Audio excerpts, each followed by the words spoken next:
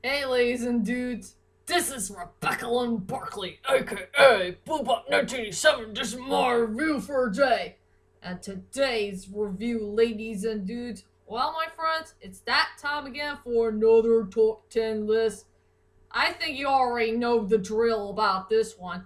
Once again, I'm going ahead and do my next top 10 list of the strongest or the weakest points from my movie reviews. And it's movie review number 73 all the way to 96. I guess everybody's so darn antsy about this one, about all 24 movie reviews that I did so far. Well, for 73 all the way to 96. For number 73 all the way to 96 is Batman, The Mask of the Phantasm, and all the way through to the 2017 version of Beauty and the Beast. So I guess you already know the drill about my strongest or weakest points of my movie reviews. I gotta pick which part of the points has the greatest, strongest points ever in movie history, while there are some weakest points ever in movie history. Well, I guess you guys already know the drill.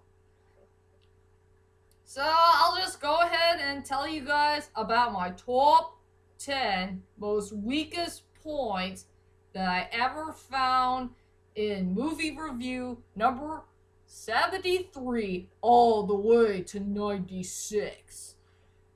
And yes, there's so many weak points to be found, like plot holes and something that makes no sense, or a lot of things that involves oh heck no moments, or we found out a problem from a character and all that stuff. So I guess you guys already get the drill. So let's get started on my top 10 most weakest points that I ever found in movie review history. Oh no, oh heck no moments, run! Yeah, I'm trying to make something funny for my top 10 list, and forgive me about the shade of light. You know about the shade, so let's get going to the top 10 list anyway.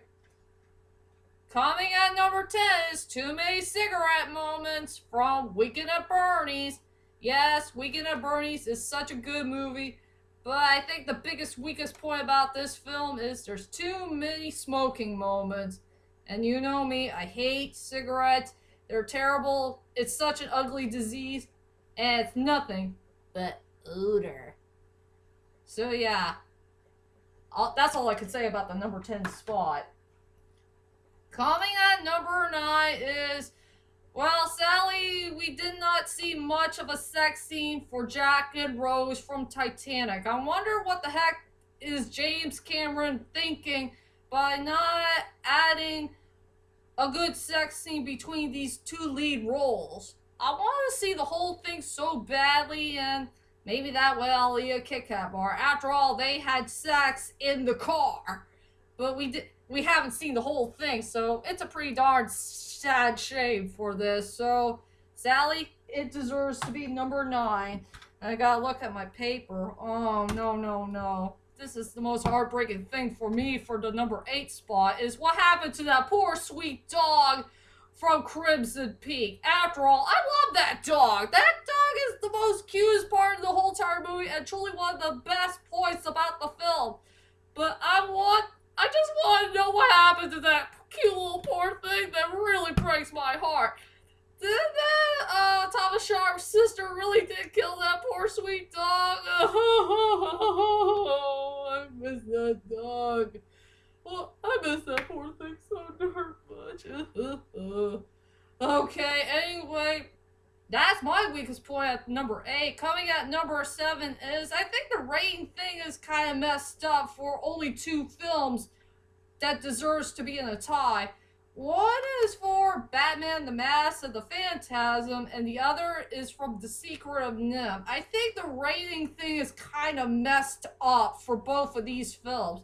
I think this movie should have been a rated PG 13 film since it has a little bit of blood and a little bit of violence and some sexual content here and there that happened in this movie. And as for The Secret of NIMH, it should have been a rated PG film. It has some dark moments here and there, and there's a character who said the D word, and there's a little bit of blood in there as well. So a couple of mistakes for these good films. They're kind of underrated. It deserves to be at number 7. I better look at my list here. Oh yeah, for number 6 in the 1989 version of Batman, it has to go to Vicky Vale's hair. Because I do have a problem with Vicky Vale is her hair. There's one point of her hair that is kind of straight and one point of her hair that's kind of curly. I can't tell which part of the hair, her hair is the real deal. Will it be the curly hair or the straight hair? I can't tell which one it is. So that's the sad weakest point I found in, what number is it? 6. And I can't believe we are hanging on to the top 5 most biggest, weakest points of all. So let's keep going with the list. Coming at number 5 has to go to, well, one of my most favorite tales from this book, from this story, but this poor tale got cut off. So anyway, for number 5 is the rushing moment for the third tale in A Monster's Calls. I was so darn upset that they cut off one of my most favorite story tales of all time, the third tale. A story about a boy who's invisible and he can't stand it anymore and he needs help from the monster. I really want to see the whole entire thing of the third tale so badly, but it sucks that they cut it off, and that's one of my main weak points for this film is they cut off the third tale. I want to see the whole thing of the third tale so badly.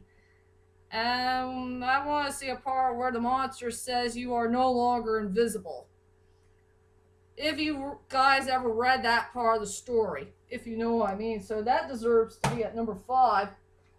Coming at number 4 is another bad cut-off sex scene from a very good underrated film. And that is when Darkman, in his human form, is about to have sex with his girlfriend Julie from our beloved Darkman.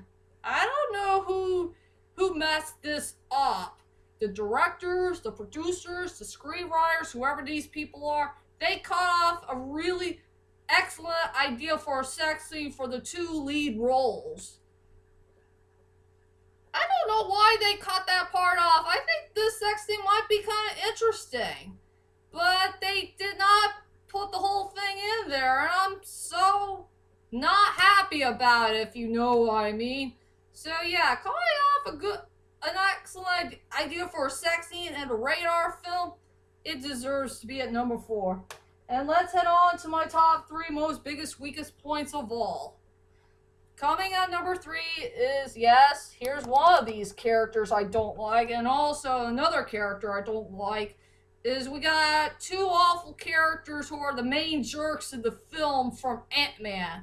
And I will never forgive for what they've done to poor the Ant-Man himself, you know, treating him like nothing. They treat them like he's a pile of trash and he's not a caring person. But all that guy wants is just to be with his little girl, and that's it. I really hate that dude who is a cop and also the ex-wife of Ant-Man. It really sucks. So yeah, those 2 main idiots from Ant-Man deserves to be at number 3. Coming at number 2 is the main downfall for the live-action version of Beauty and the Beast. For number 2, we got LeFou, who's kind of gay, and we got 2 awful singers who ruined our beautiful Beauty and the Beast song from the live-action version of Beauty and the Beast.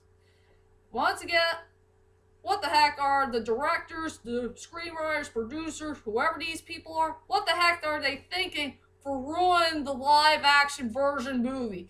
You know, making a character gay, and you got two awful artists who disrespect our America in such a bad, evil way, who really did mess up our beautiful Beauty and the Beast song.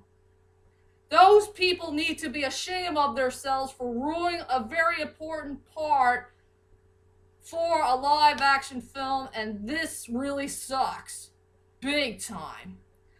So yeah, those two evil weak point moments deserves to be at number 2. And I guess you guys already know about my number 1 spot of the biggest, weakest point of all time.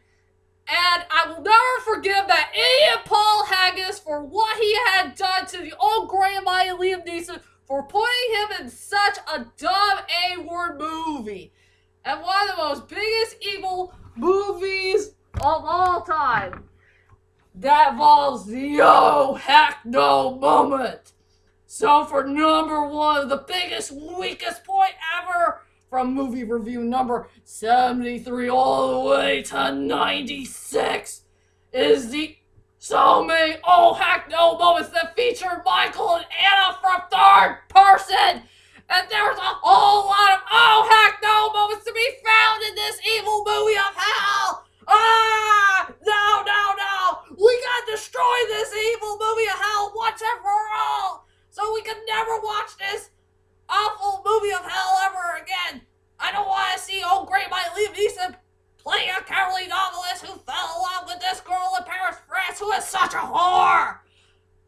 No. Stay away from that evil movie of hell, if you know what I mean. We gotta destroy this evil movie of hell once and for all.